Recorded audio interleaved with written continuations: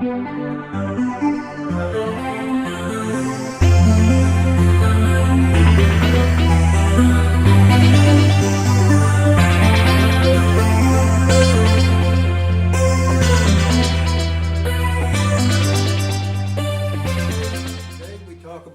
Upchurch III. He is head of Upchurch clan number 11, being a member of the 5th generation of the family, and thus a great-great-grandson of Michael Upchurch I. This William Upchurch III was born in 1774 in Granville County, North Carolina, and probably died there, but we do not know the date.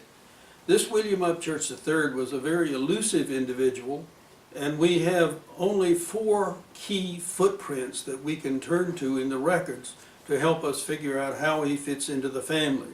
However, we have found descendants of this individual, and we would like to be interactive with them more.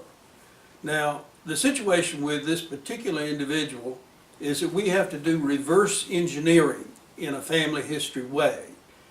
Now, to explain what that means, let me give you an engineering example. Suppose there was a spaceship that landed on this earth and crashed, and the parts were laying all about.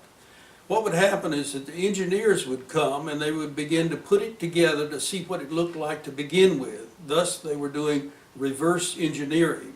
And that's what we're going to do with regard to William Upchurch III after we've talked about these 4 footprints. But first, let's look at our colonial Upchurch chart and tell the broad story. You see here, this chart we've seen a number of times before, and I have an arrow pointing to William Upchurch III, showing that he and his brother, John Upchurch IV, were members of the Oxford branch of the Upchurch family, headed by their father, William Upchurch II. And he descended from James Upchurch I, and he from Richard I, going back then to Michael Upchurch I, the original immigrant to come to America from England.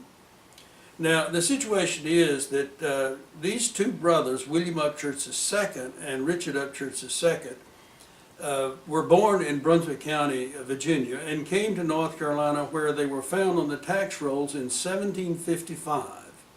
Now, we don't know a lot of other details about that, but what we do know is that the brother Richard Upchurch II moved a little further east and was later found in southern Franklin County, whereas William Upchurch II stayed more or less in the western part of this large Granville County, which in fact was divided up, and later there became a smaller county called Granville County, and that's exactly where William Upchurch II lived and died. We call that the Oxford branch of the family. And there we find William Upchurch II and his 2 sons, John Upchurch IV and William Upchurch III. Now, we have recently produced a video on John Upchurch IV, as well as on the father, William Upchurch II, and indeed on the other ancestors you see on the chart here. So if you have a particular interest in William Upchurch III, you might want to look at the videos we produced on those earlier ancestors. Let's take now a look at the 4 footprints that I mentioned earlier. And in particular, we'll look first at the 1786 state census of North Carolina. Now, we do not have William Upchurch III on this chart by name. What we have is the name of his father, William Upchurch, and we label him William Upchurch II.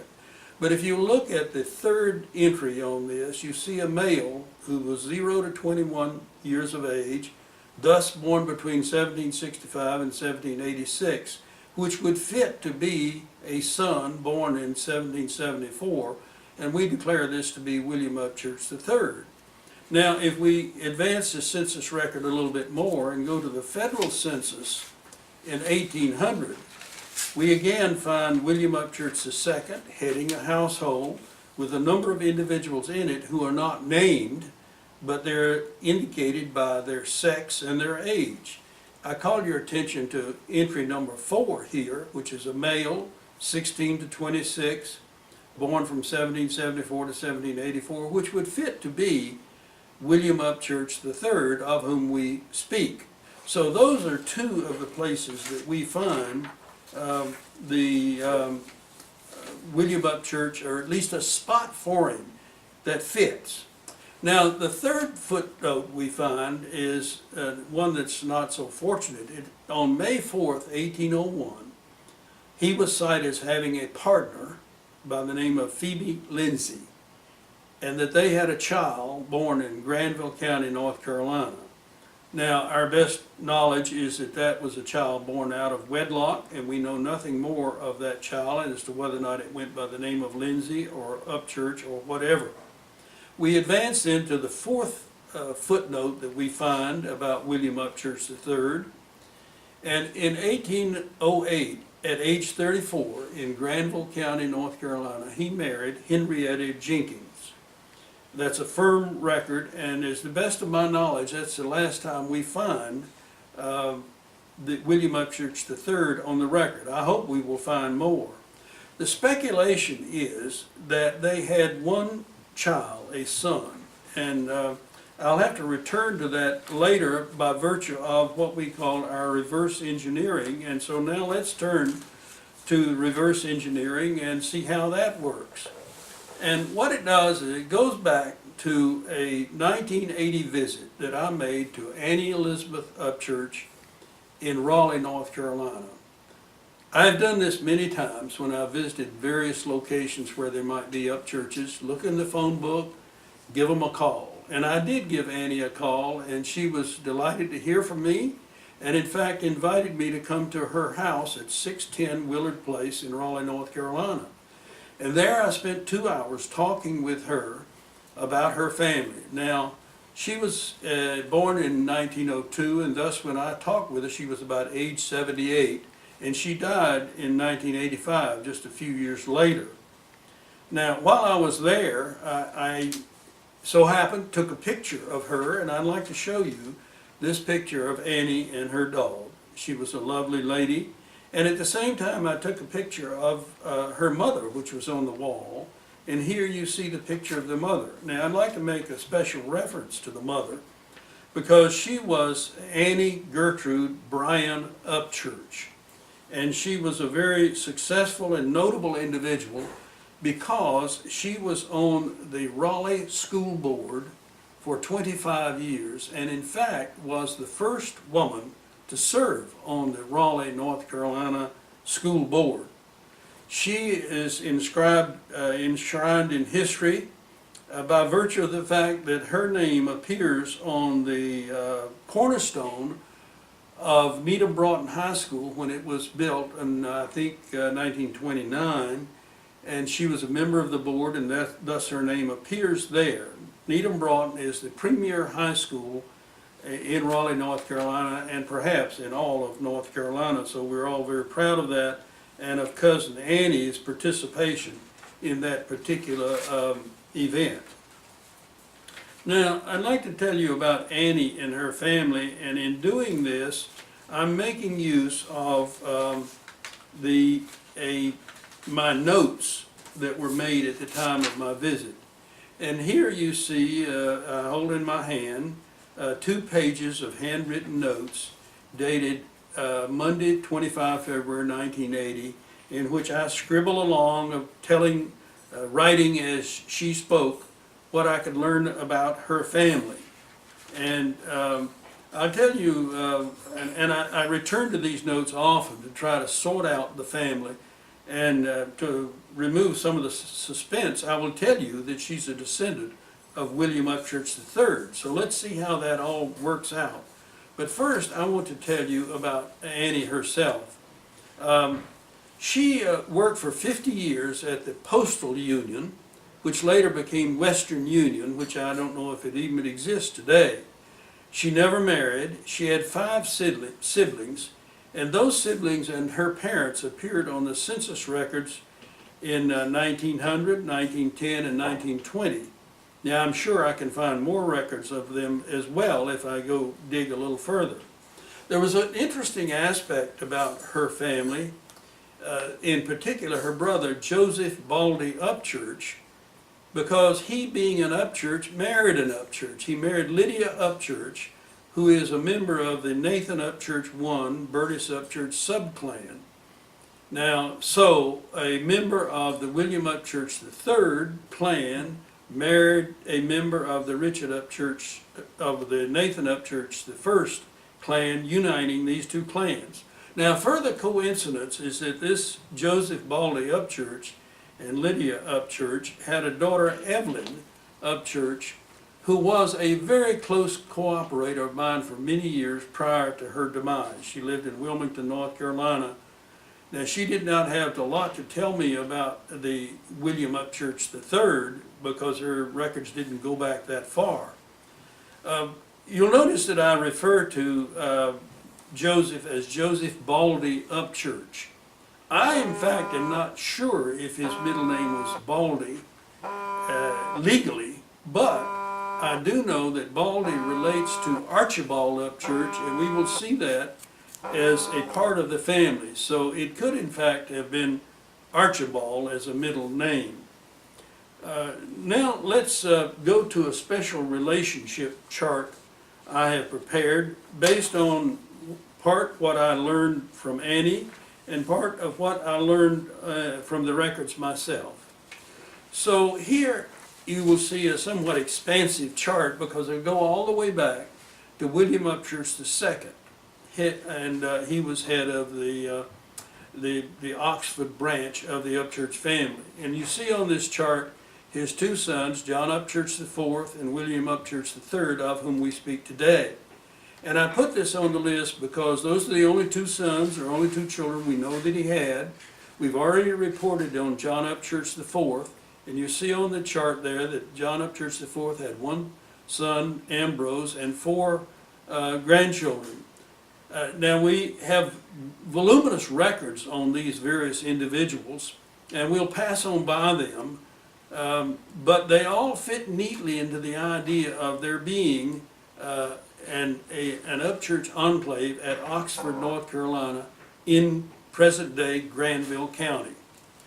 If you look at the lower part of this chart at the very end, you see where I pinned in Annie Elizabeth Upchurch, whom I visited in 1980. Now, part of what I'm reporting here and have on this chart is what she told me, and part is what I can verify from the records. She told me about her father, William Archibald Upchurch Sr., who was born in 1860 in Oxford, North Carolina, and died in Raleigh in 1913 when my friend Annie was just 10 years old. So you can see she would not have had a lot of direct contact or ways of learning from her father, and could only have learned from her mother about the ancestral line. She was also able to tell me that her grandfather was Archibald H. Upchurch, born about 1832, and he died in the Civil War in 1862 after having married Mary E. DeMent and having had only the one child, and his father, Archibald H. Archibald H. Upchurch.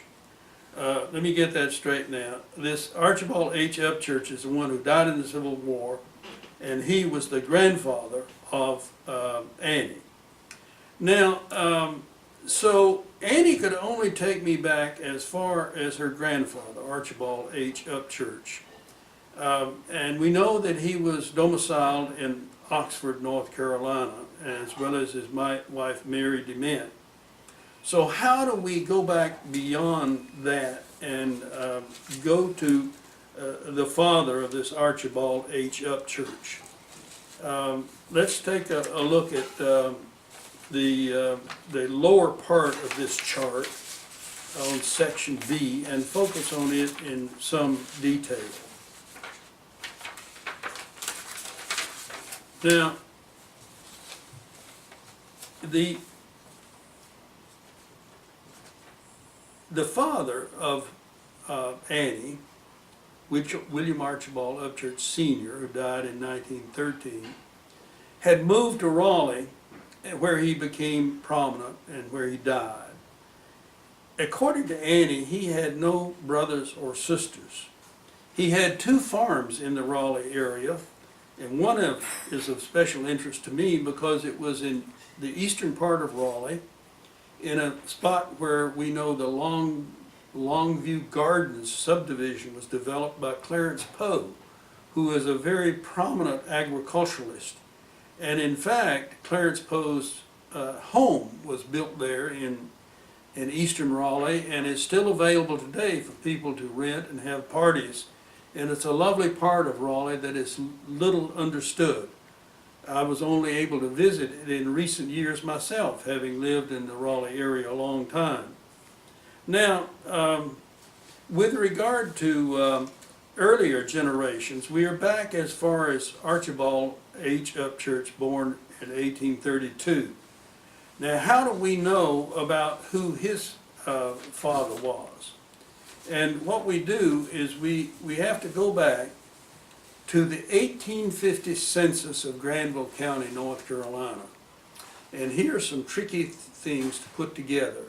On that 1850 census, we find a William Johnson, age 73, head of a household in which his wife Elizabeth was present, is age 50.